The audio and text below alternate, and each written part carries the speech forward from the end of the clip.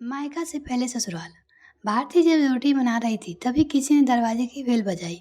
बेचारी भारती रसोई घर में अपने हाथों में लगे आटे से भरे हाथों को धोने तक लगातार दरवाजा की कुंडी बज रही थी। वो लगातार बोल रही थी, थोड़ा रुको, मैं आ रही हूँ।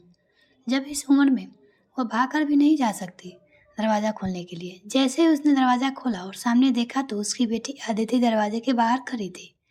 तब उसे आश्चर्य हुआ कि कुछ बताया भी नहीं, मैंने भी नहीं बुलाया तो अदिति अचानक कैसे आ गई। अपनी बेटी को देखकर भारती बोली, आने से पहले बताना तो चाहिए था ना, अकेली ही आई हो। जमाई जी और बच्चे कहाँ हैं? भारती ने एक साथ कई सारे सवाल किए। तभी अदिति बोली, माँ, क्या कोई अपनी प्यारी इकलौती बेटी को इससे स्वागत करता है? मुझे लगा कि तुम मुझे अचानक देखकर बहुत खुश होगी और उस सबसे पहले मुझे गले लगाकर लोगी, पर यहाँ तो उल्टा ही हो रहा है। शायद तुम दुनिया की पहली माँ होगी जो बेटी के ससुराल से आने से अपने घर आते देखकर खुश होने के बजाय चिंता में पड़ गई हो। क्या मैं अकेली इस घर में नहीं आ सकती? क्या हमेशा दामाद और बच्चे के साथ ही आना जरूरी है? बोलकर अदिति घर में प्रवेश कर गई और अपना सामान रख कर बोली, भाभी कहाँ है? भाभी जल्दी चाय नाश्ता लेकर आओ, अपने आपकी ननद आई है। बहू घर में नहीं है, अपने मायके गई है। माँ ने कहा, अच्छा इसीलिए तुम घर संभाल रही हो और खाना बना रही हो। माँ, तुम्हारी बहू तो बड़े ठाठ है। बहू मौज से घूम रही है और सास घर संभाल रही है। देखो ना, अपने बहू को आने से पहले ही खाना बनाकर रखा है। उसे घर आकर कुछ भी करने की जरूरत नहीं पड़ेगी। बड़े नसीब लेकर आई है आपकी बहू, और एक मैं हूँ जिसे उसकी सास कभी एक गिलास पानी भी नहीं पूछती। आदिति ने ताना मारते हुए कहा, बेटा, प्यार और इज्जत ऐसी चीज है जो हम पहले किसी को देते हैं फिर उससे अपेक्षा रखते हैं वो भी हमें वापस में दे। माँ ने उसे समझाते हुए कहा। माँ ने आगे कहा, हर एक लड़की को अपने ससुराल में जगह बनानी पड़ती है, वो कुछ भी आसानी से नहीं मिलता। तुम अपनी सास को एक गिलास पानी की अपेक्षा करती हो? तुम तो उनकी बहू हो, तुम भी फिर उसे तुम कभी उन्होंने एक गिलास पानी दे दिया है क्या? तुम शादी के बाद ससुराल में रही ही कितने दिन? जब तुम्हारे मन लगा तब अपनी बैग भरी और सीधा मायके चली आती हो। मायका और ससुराल एक ही शहर में है, इसका मतलब ऐसा तो नहीं कि तुम जब चाहे तब मायके आ जाओ और चाहे उतने दिन रहकर वापस ससुराल चले जाओ। मायके में भी बेटी का सम्मान तभी मिलता है जब बेटी ससुराल का मान सम्मान रखकर मायके में कुछ दिनों के लिए आती है, तभी उसे मान सम्मान मिलता है। ऐसा हर रोज बिना मिलाए कोई कारण ना होते हुए भी कोई बेटी मायके आती होगी तो उसका साधारण पूछताछ भी कोई रहता नहीं है। तुम बहू को बोलती हो ना, तुम तो मेरी बहू की बराबरी भी मत करो। वह कभी भी बुलाए बिना अपने मायके नहीं जाती, और गई भी तो वह भी कोई बात नहीं है, वह कुछ नहीं बोलती। और जब घर में रहती है तब तक मुझे घर के कोई भी काम को हाथ लगाने को नहीं देती। अब मेरी ही इच्छा घर में काम करने की है, वह मुझे काम करने के लिए नहीं कहती। वो अपनी बेटी को माँ को सिखाया, अच्छा कौन समझा सकता है?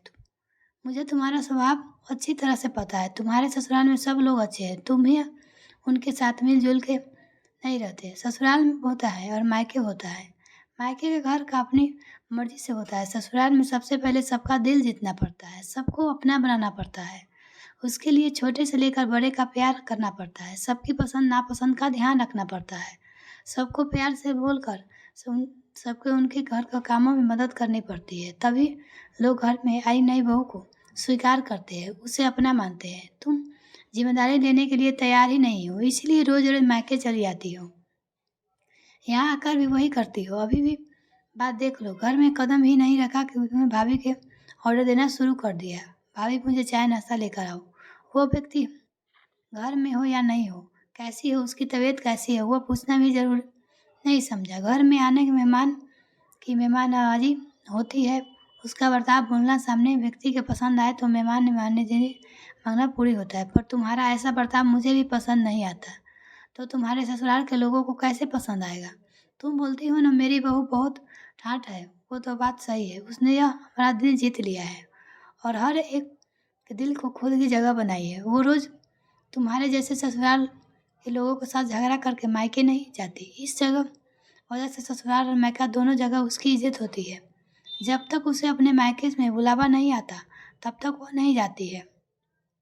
आज माँ ने अपनी बेटी को उसके बर्ताव को दोष दिखाया, क्योंकि उसे लगता था कि अपनी बेटी को अभी नहीं समझाया तो वह कभी नहीं समझेगी। तब तक बहू भी घर आ गई। उसने अदिति को देखते ही वह बोली, अरे दीदी आप कब आई? मुझे फ़ोन किया होता, मैं जल्द घर आ गई होती ना। इस पर अदिति बोली, नहीं नहीं भाभी, मैं वापस जा रही हूँ। अभी भी मेरी सास का फ़ोन आया था कि उसके सीने में दर्द हो रहा है, मुझे वापस जाना है, आऊँगी वापस कभी यहाँ, बोल कर अदिति अपना सामान लेकर चली गई। तभी उसकी भाभी ने उसे रोकने का प्रयास किया, पर उसकी सास ने अपनी बेटी को रोकने के मना किया और अपनी बहू को बोली, बहू जाने दो उसे, अब पहले अपना घर संभालने दो, उसके बाद उसे मायके में आने दो। तुम भी किसी के नहीं बुलाने पर तुम्हारे मायके जाती हो क्या? तभी बहू ने समझ गई कि सास ने उसकी बेटी को जीवन का पाठ पढ़ाया है। काफ़ी महीने हो गए अदिति का फ़ोन नहीं आया।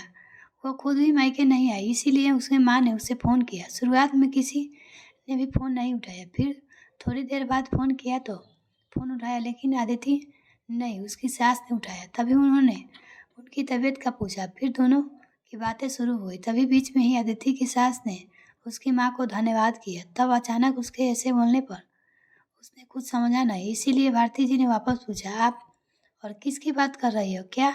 अदिति की सास बोली, नहीं तो फिर आप धन्यवाद किसको बोल रही हो?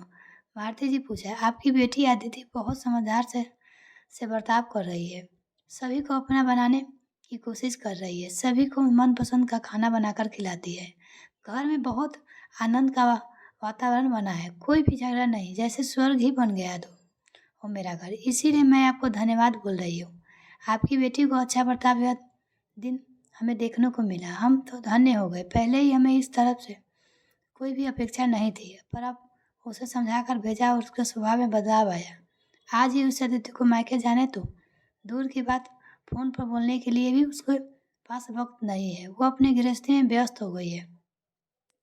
दोस्तों सभी अगर अपनी माँ बेटियों को ऐसा ही समझाए और उसको समझ आ जाए तो किसी भी घर में झगड़ा होगा ही नहीं और कोई भी घर टूटेगा नहीं। मिलते हैं फिर नेक्स्ट फ्रेंड, तब तक के लिए बाय।